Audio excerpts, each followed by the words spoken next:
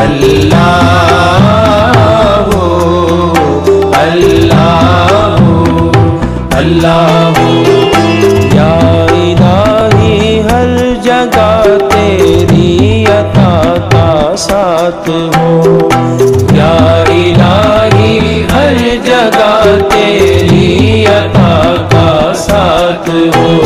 جب پڑے مشکل شے، جب پڑے مشکل شے، مشکل کشا کا ساتھ ہو، اللہ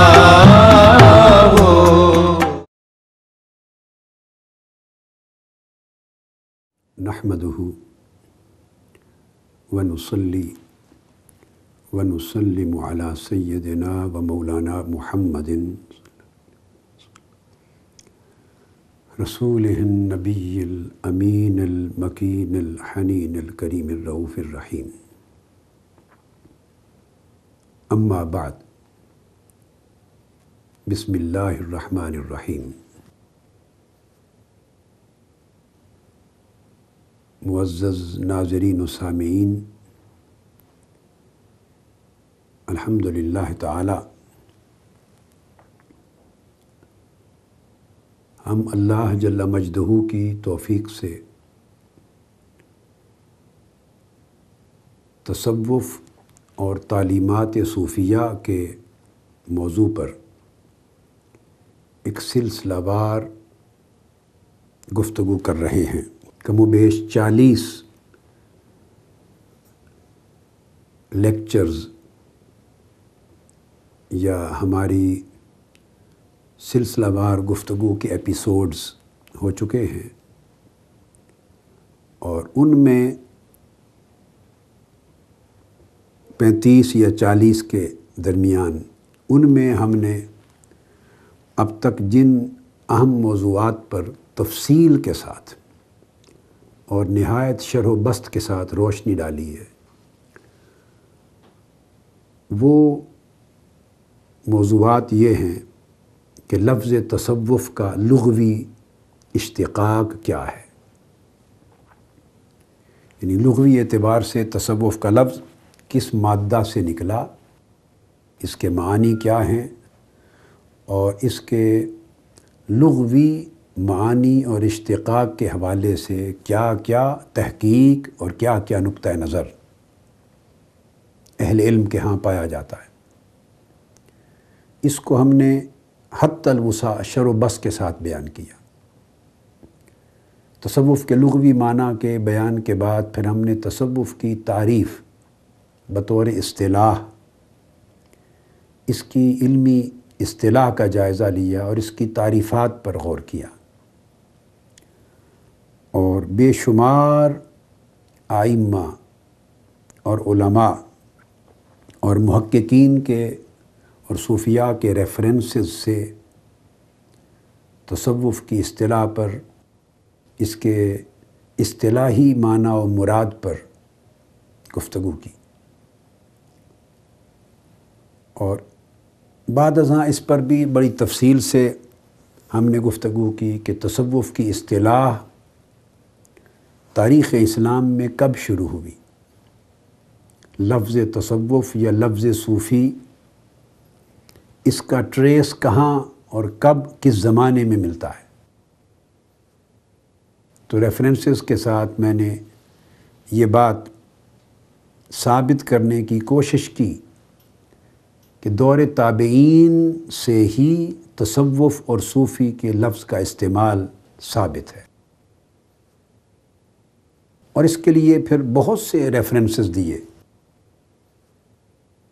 امام حسن بصری رضی اللہ تعالیٰ عنہ سے لے کر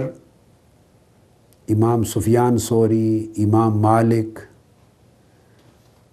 امام شافعی، امام احمد بن حنبل،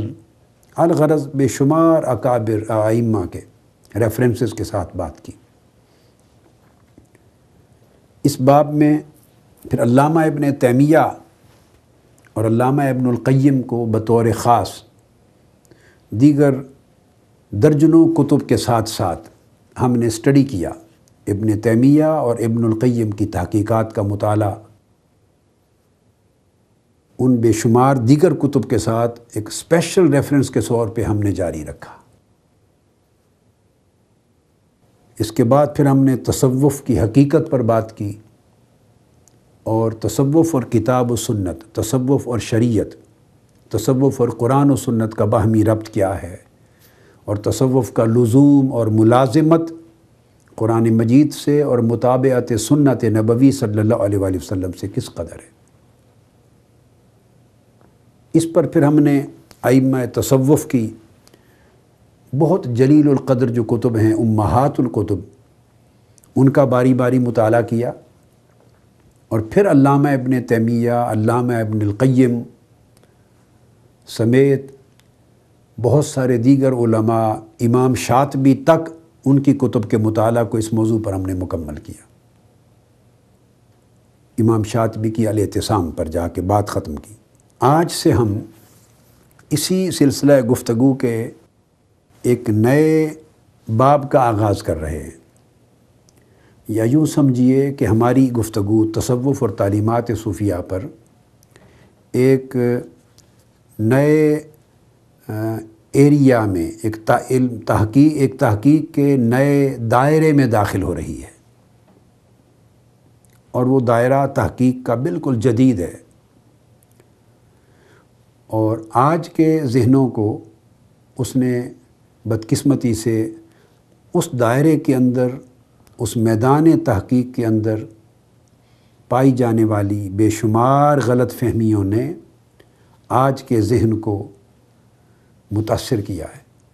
اور تصوف اسلامی کے بارے میں غلط رائے قائم کرنے میں وہ مغالطے مددگار ہوئے۔ آج سے ہم گفتگو کا آغاز ان موضوعات پر کر رہے ہیں جو کئی نشستوں میں یہ موضوع چلے گا۔ اس کے بعد ہم پھر تصوف اسلامی کی اصل تاریخ کی طرف پھر آگے آئیں گے، اور تصوف کی کتب کی طرف، صوفیاء کے علم اور عقیدہ کی طرف، ان کے احوال کی طرف اور ان کی تعلیمات کی طرف، پھر بہت سے موضوعات ہم اس کے بعد لیں گے انشاءاللہ۔ جس دائرے میں آج سے ہم اپنی گفتگو کو داخل کر رہے ہیں، اس کے اندر کافی سوالات ہیں جو آج کے دور میں تصوف کو پڑھتا ہے، سمجھنا چاہتا ہے، اس کے بارے میں رائے رکھتا ہے یا رائے قائم کرنا چاہتا ہے، تو بہت سے سوالات ہیں جو آج کے ذہن کو ڈسٹرب کرتے ہیں۔ تو میں ان کے اوپر کافی نشستوں میں کافی تحقیقی اور تنقیدی اور تجزیاتی گفتگو انشاءاللہ تعالیٰ کروں گا، ڈیپتھ تک جاؤں گا۔ تو میں آج اس کا خاکہ آپ کے سامنے عرض کر دوں کہ وہ سوالات کیا ہیں جن کو ہم اپنی گفتگو کے اس حصے میں ایڈریس کریں گے آگے چل کر۔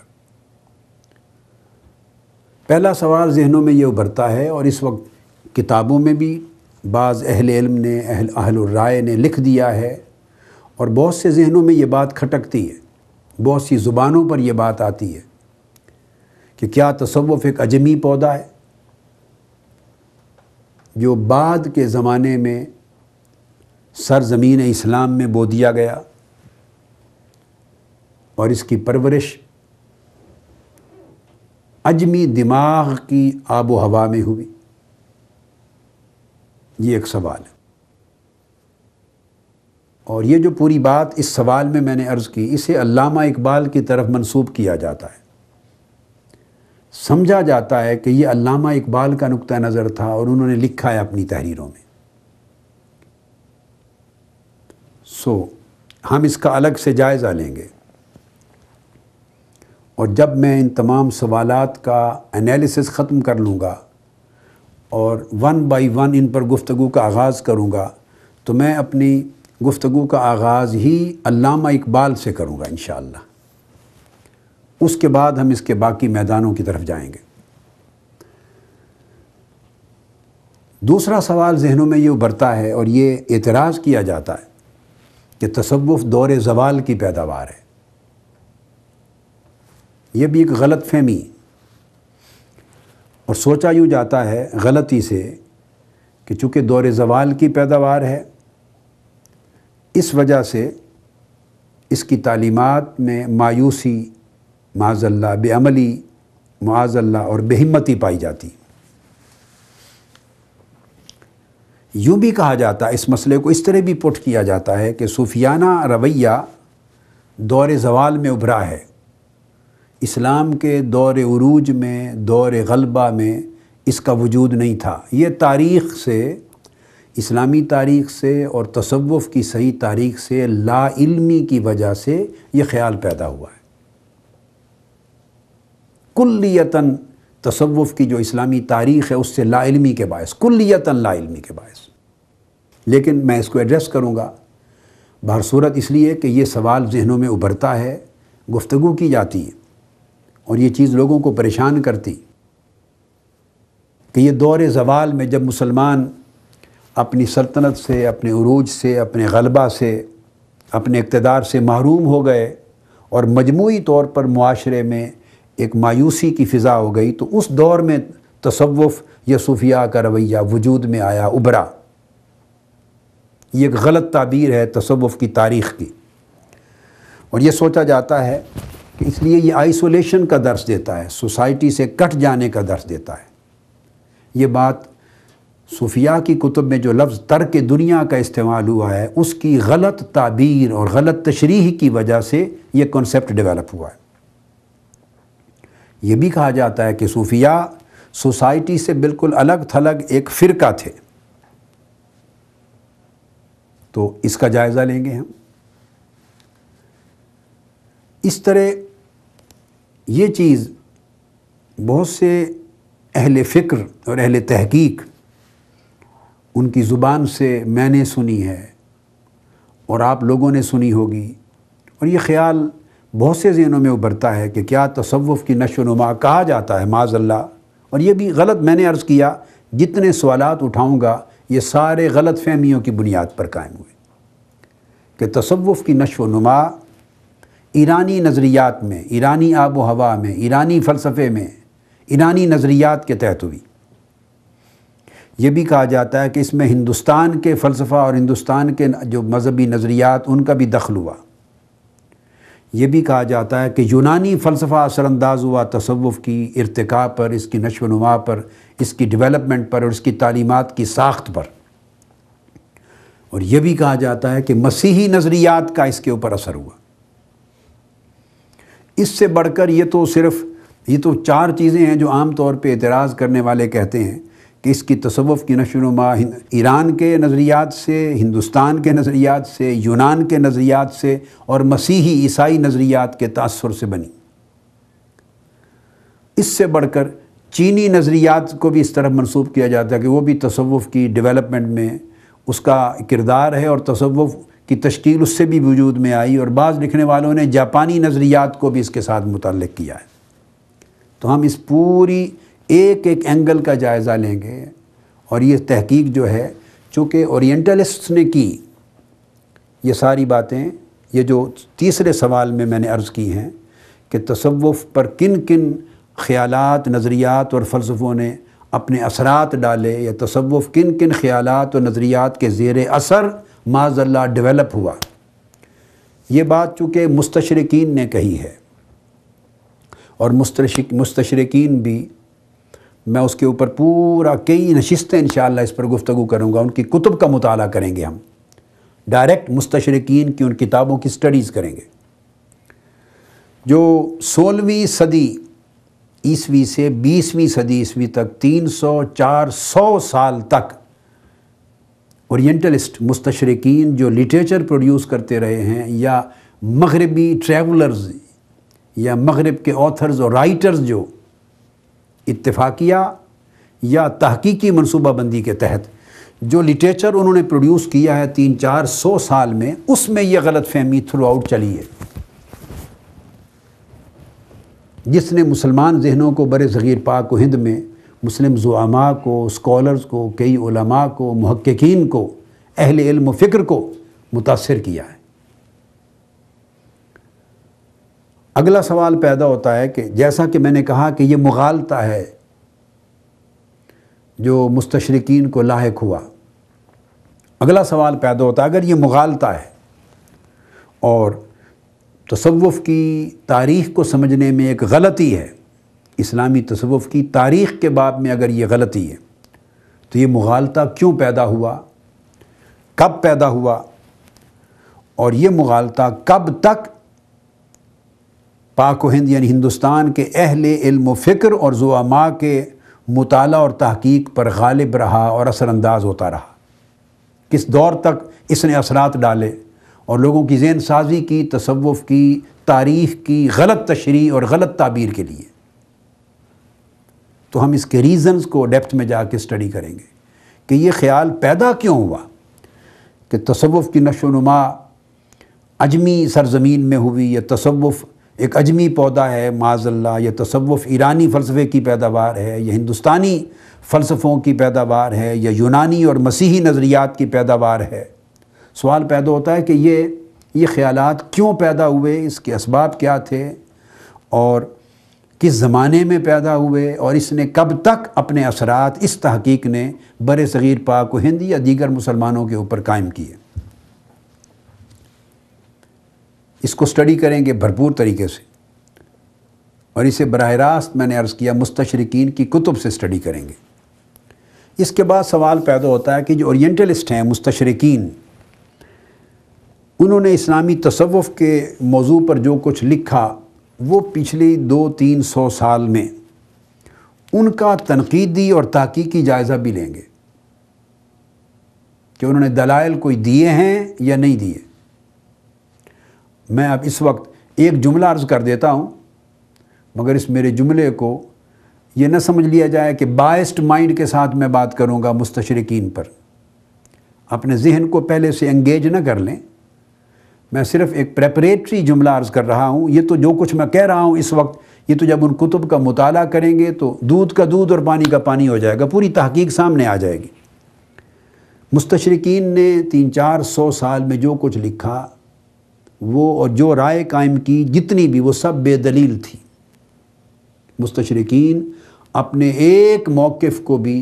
بیونڈ ڈاؤٹس اسٹیبلش کرنے کے لیے کوئی ایویڈنس نہیں لا سکے، کسی ایک کتاب میں بھی ایویڈنس نہیں لا سکے۔ اب آپ غور کیجئے کہ میں نے کتنی زوردار بات کی ہے۔ اب اس وقت آپ اپنے ذہن کو انگیج نہ کریں، بس سن لیں، اور پھر تسلی کے ساتھ، تسلسل کے ساتھ ان لیکچر سیریز کو سنیں۔ ہم اس موضوع پر آئیں گے تو میں انالیسز کروں گا، آپ کے سامنے ہر چیز آ جائے گی۔ اگر یہ بات اسٹیبلش ہو جائے کہ ان کی تنقیدی اور تحقیقی جائزے کے بعد کہ انہوں نے یہ باتیں بے دلیل کی، تو اگلا سوال پیدا ہوتا ہے پھر کہ اسلامی تصوف کی ابتدا اور ارتقاء، اس کی صحیح اسلامی تاریخ کیا ہے، اور اس کے بارے میں صحیح تحقیقی نظریہ کیا ہے، یا تصوف کی تاریخ کی صحیح تعبیر اور تشریح کیا ہے۔ پھر ہم اس طرف آئیں گے، اس کو پھر تصوف کی امہات الکتب، ان کے مصادر اور تصوف کے جو مؤسسین ہیں ان سے پھر تصوف کی سٹڈیز کو شروع کریں گے۔ ایک سوال یہ پیدا ہوتا ہے کہ کیا تصوف اسلام کی پہلی جو 2 صدیاں گزری ہیں، ہجری 2 صدیاں، کیا ان پہلی 2 ہجری صدیوں کے زہد سے اس پر لکھا ہے؟ لکھنے والوں نے، محققین نے، مستشرقین نے، معترضین نے بھی، اور تصوف کے منکرین نے بھی، کہ پہلی 2 صدیوں میں زہد تھا،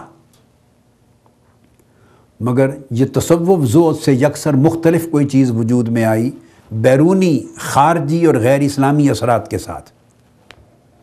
پھر ایک یہ غلط فہمی، اس کا ازالہ کریں گے۔ تو اس پر میں نے سوال قائم کیا ہے کہ کیا تصوف پہلی 2 صدی ہجریوں کے اندر جو موجود زہد تھا اس سے کوئی مختلف چیز بعد میں وجود میں آئی، یا اسی زہد کا تسلسل ہے اور اس کا تشریحی اور تفصیلی ورژن ہے؟ میرا نقطہ نظر یہ ہے، جو میں اسٹیبلش انشاءاللہ تعالی کرنے کی کوشش کروں گا، کہ یہ اسی زہد، وہی زہد ہی عین تصوف ہے، یہ اسی کا تسلسل ہے، اس کا تشریحی اور تفصیلی ورژن ہے، اس سے مختلف یا متضاد چیز نہیں ہے۔ اب اس پر سوال ذہنوں میں پیدا ہو سکتا ہے کہ کیسے؟ تو جب اس موضوع پر آئیں گے تو میں انشاءاللہ پورے دلائل سے ایویڈنسز کے ساتھ بات اسٹیبلش کروں گا۔ اگلا سوال پیدا ہوتا ہے، نواں سوال، کہ اسلامی تصوف پھر کس دور میں تشکیل پایا؟ اس کی اصل ابتدا کب ہوئی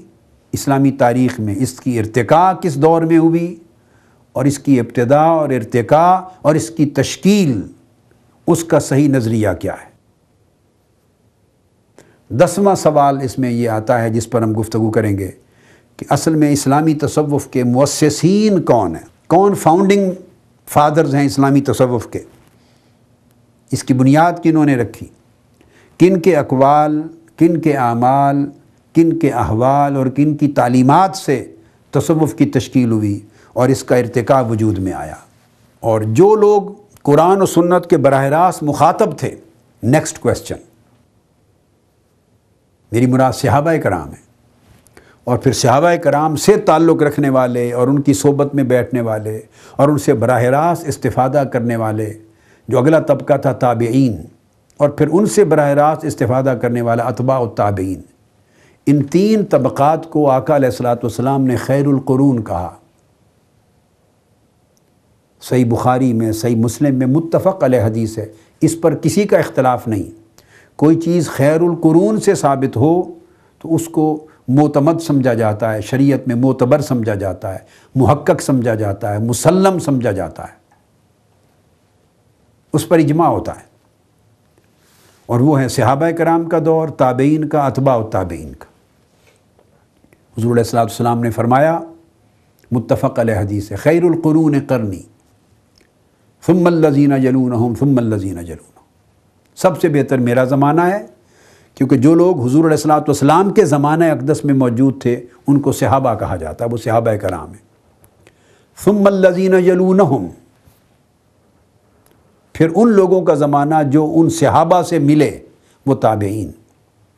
ثم الذین یلونہم، اور پھر ان لوگوں کا زمانہ جو ان تابعین سے ملے، یعنی 3 زمانے جڑے ہوئے ہیں، میرے صحابہ کا دور، ان کے تابعین کا دور، اتباع التابعین کا دور۔ فرمایا یہ خیر القرون ہے، سب زمانوں سے اعلیٰ افضل ہیں۔ جو چیز ان زمانوں سے ثابت ہو جائے اس پر انکار کی اور اختلاف کی اور اعتراض کی کوئی گنجائش نہیں رہتی۔ لہٰذا ہم اسٹڈی کریں گے تصوف کو ان 3 خیر القرون کے حوالے سے، اور پرٹیکولرلی جو براہ راست مخاطب تھے قرآنی وحی کے، یعنی صحابہ کرام، تو کیا تصوف کی روٹس ان میں بھی ملتی ہیں؟ صحابہ کرام میں، اس کو اسٹڈی کریں گے۔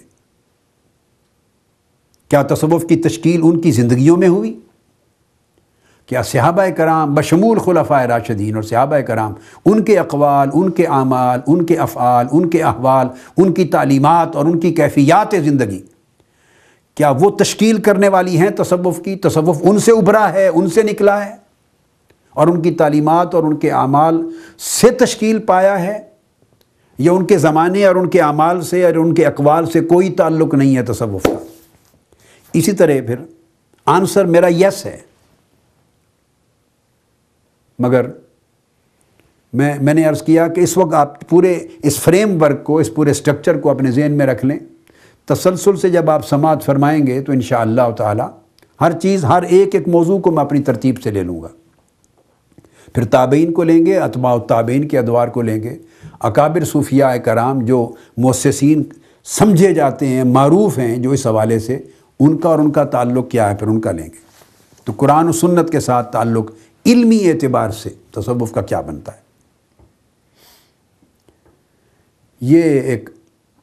انالیسز ہے 12-14 سوالات کا، میں نے جو آپ کے سامنے رکھے ہیں، ان پر گفتگو ہم آج شروع کر رہے ہیں۔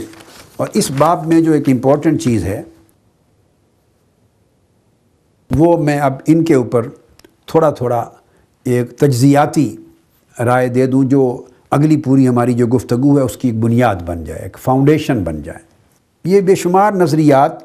تصوف کے عجمی پودا ہونے کے، اب میں نے عرض کیا جو جب یہ بات کی جاتی ہے کہ تصوف ایک عجمی پودا ہے، اس کی نشو و نما ایرانی نظریات سے ہوئی، اور عجمی دماغ اور اس کے عجمی افکار و خیالات سے ہوئی، اور اس کے علاوہ جو باقی میں نے مذاہب کا یا تہذیبوں کا بھی ذکر کیا اور فلسفوں کا، جس میں ہندوستان بھی ہے، یونان بھی ہے، مسیحی نظریات بھی ہیں، چینی اور جاپانی نظریات بھی ہیں، بدھ مت کے بھی ہیں، ہندو مت کے فلسفہ ویدانت کے بھی ہیں، اور یہ دور زوال میں جا کے پیدا ہوا۔ اس باب میں علامہ اقبال کو بڑا اتھارٹیٹیولی کوٹ کیا جاتا ہے۔ جب میں اس انالیسس کو ختم کر لوں گا تو انشاءاللہ اس کے بعد نیکسٹ گفتگو میری فل فلیج علامہ اقبال پر ہوگی اس حوالے سے۔ یہ بات ذہن نشین کرنے والی ہے۔ میں ایک اجمالی جواب ان چیزوں کا عرض کر رہا ہوں اجمالاً، اور پھر ہم اس کی تفصیل میں ترتیب کے ساتھ ون بائی ون جائیں گے۔ یہ جو پوری تھاٹ ہے جو مسلمانوں میں داخل ہوئی، یہ تھاٹ تصوف کے خلاف کہ تصوف عجمی نظریات کی پیداوار ہے، یہ تھاٹ،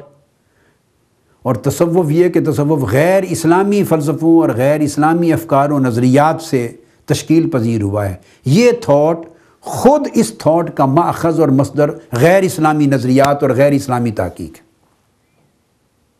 تصوف غیر اسلامی افکار اور خیالات سے تشکیل نہیں پایا،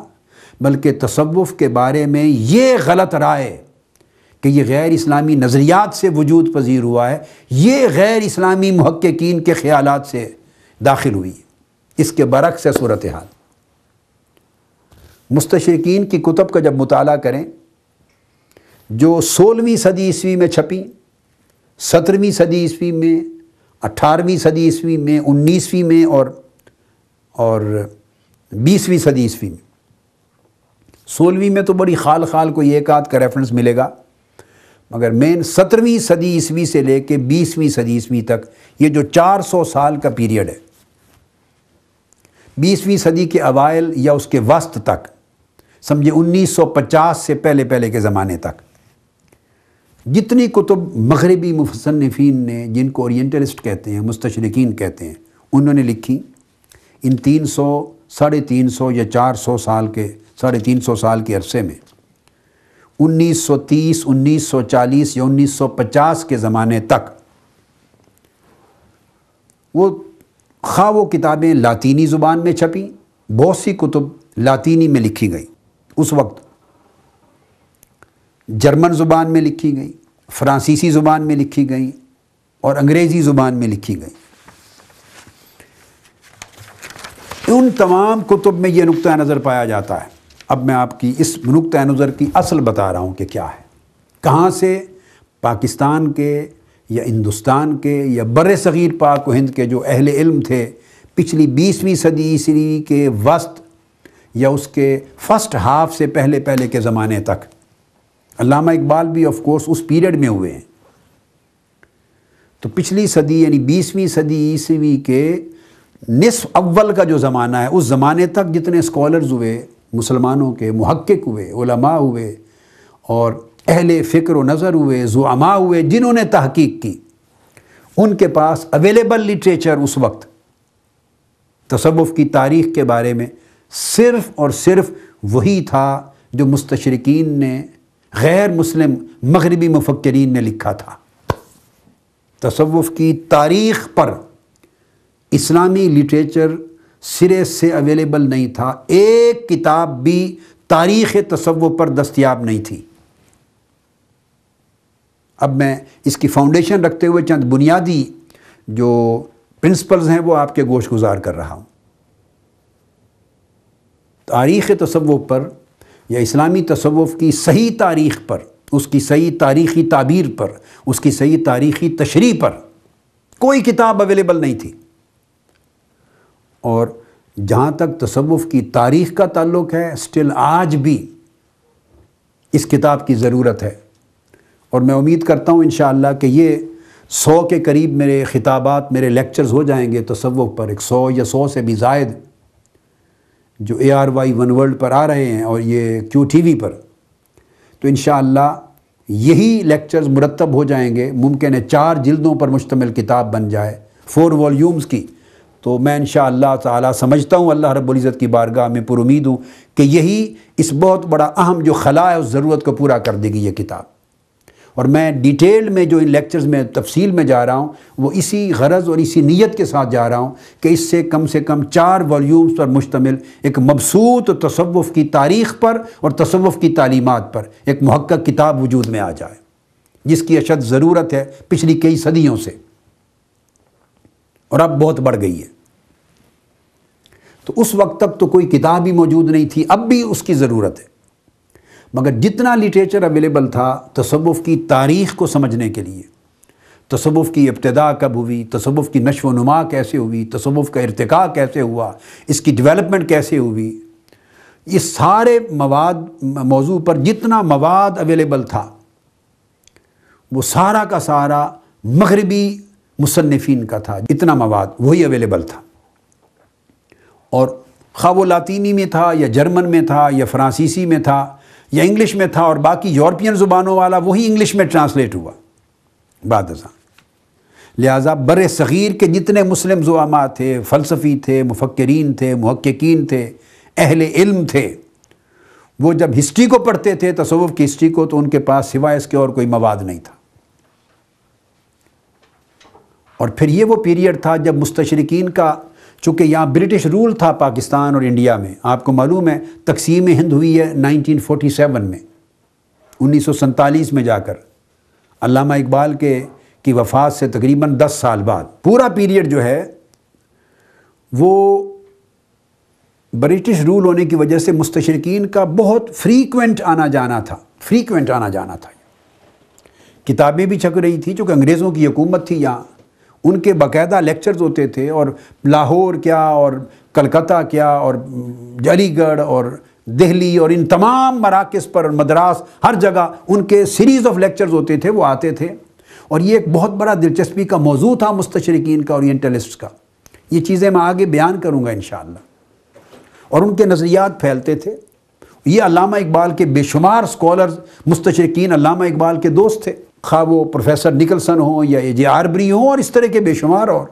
جنہوں نے بہت زیادہ، جو تصوف کی تاریخ پر جنہوں نے لکھا ہے اور اتھارٹی سمجھے جاتے ہیں۔ تو جن سکولرز کا یہاں، محققین کا، اس زمانے میں ان کے ساتھ انٹریکشن تھا، شخصی طور پر یا علمی انٹریکشن تھا، علمی رابطہ تھا، پڑھتے تھے، مطالعہ کرتے تھے، تو چونکہ 300-400 سال سے انہی کی تحقیق جو کتابوں کی شکل میں اویلیبل تھی، وہی سورس تھا نالج کا، معلومات کا وہی ذریعہ تھا، اور کوئی ذریعہ نہیں تھا۔ اور تصوف کے اوپر جو اصل کتب ہیں، امہات الکتب، وہ چھپی نہیں تھی۔ یہ بڑی عجیب بات ہے، وہ چھپی نہیں تھی، وہ تو اب پچھلے 50 سال میں چھپنا شروع ہوئی ہیں، موسٹلی خال کوئی 100 سال پہلے چھپی ہے ایک آدھ، اور رسالہ قشیریہ اور اس طرح کی کوئی ایک آدھ کتاب، اور بے شمار کتب اب منظر عام پہ آ رہی ہیں، میں ان کی تفصیل میں آگے آؤں گا انشاءاللہ۔ تو مدار تھا، انحصار تھا، اعتماد تھا مستشرقینی کی تحقیق پر، تو یہ سبب بنا 300-400 سال کا لٹریچر، آپ اندازہ کر سکتے ہیں کتنے اثرات رکھتا ہے۔ تو یہ مجموعی طور پہ اہل علم و فکر کا ایک ذہن بن گیا، ایک رائے بن گئی، اور اب وہ رائے نہ صرف یہ کہ پرانی ہو گئی ہے، بلکہ باطل ثابت ہو گئی، غلط ثابت ہو گئی، مردود ثابت ہو گئی، اور حقیقت پر مبنی صحیح نظریہ اصل امہات الکتب کے متبع ہو جانے کے بعد سامنے آ گیا۔ اب اس نقطہ نظر پہ اصرار کرنا خود رجعت پسندی اور قدامت پسندی ہے، خود رجعت پسندی اور قدامت پسندی ہے، جدت کے خلاف ہے۔ اب وہ جس کے ہاں بھی وہ رائے قائم ہوئی، وہ غلط ثابت ہو گئی حقائق سے، اور اس کی نشاندہی اس بات کی جو میں اس وقت کہہ رہا ہوں، اے جے آربری نے خود کر دی تھی۔ اے جے آربری ایک نامور مستشرق ہیں، اورینٹلسٹ ہیں، انہوں نے 1942 میں کلکتہ میں ایک سیریز آف لیکچر دی تھی، 1942، اور وہ ان کی کتابی صورت میں وہ لیکچر چھپے، اس کتاب کو بھی ہم سٹڈی کریں گے انشاءاللہ۔ انہوں نے اپنے لیکچر کی، تیسرے لیکچر کی اختتام پر ایک بات کہی تھی جو ان کی کتاب میں مطبوعہ چھپی ہوئی ہے، اور میں اس کی اس ایسٹیمیشن پر اپریشیٹ کرتا ہوں۔ اگر وہ آج زندہ ہوتے تو میں مبارکباد دیتا ہوں۔ تو اپنے لیکچر سیریز کے اینڈ پر انہوں نے ایک بات کی تھی، انہوں نے کہا تھا کہ آج کے دن تک، یعنی جب میں لیکچر دے رہا ہوں، خود میری تحقیق اور انہوں نے کہا میرے استاد، ان کے استاد تھے نکلسن، پروفیسر نکلسن، یعنی وہ کہتے ان کو اپنا مرشد کہتا تھا، اے جے آربری ان کو اپنا مرشد کہتے تھے کہ میرے بہترین دوست اور میرے استاد اور مرشد نکلسن کی تحقیق اور اس سے اوپر 300-400 سال قدیم سے جو تحقیق اور رائے چلی آ رہی ہے تصوف کے بارے میں، تصوف کے اوریجن کے بارے میں، تصوف کی ہسٹری کے بارے میں، تصوف کی پوری تشکیل اور نشو و نما کے بارے میں، وہ انہوں نے کہا کہ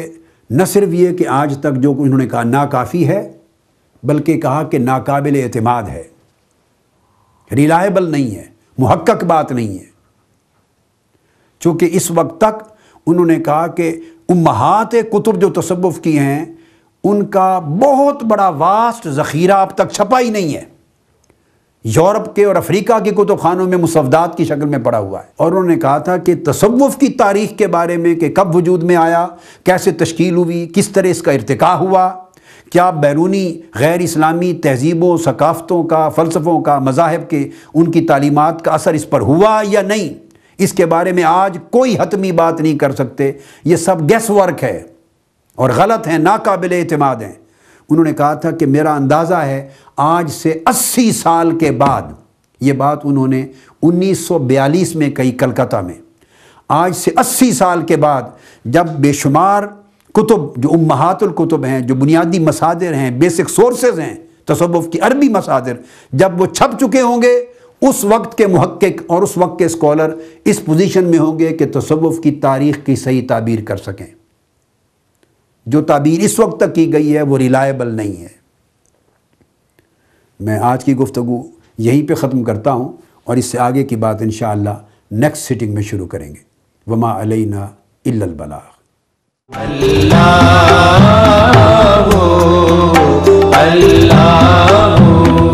اللہ یا الہی ہر جگہ تیری عطا کا ساتھ ہو، یا الہی ہر جگہ تیری عطا کا ساتھ ہو۔ جب پڑے مشکل شے، جب پڑے مشکل شے، مشکل کشا کا ساتھ ہو۔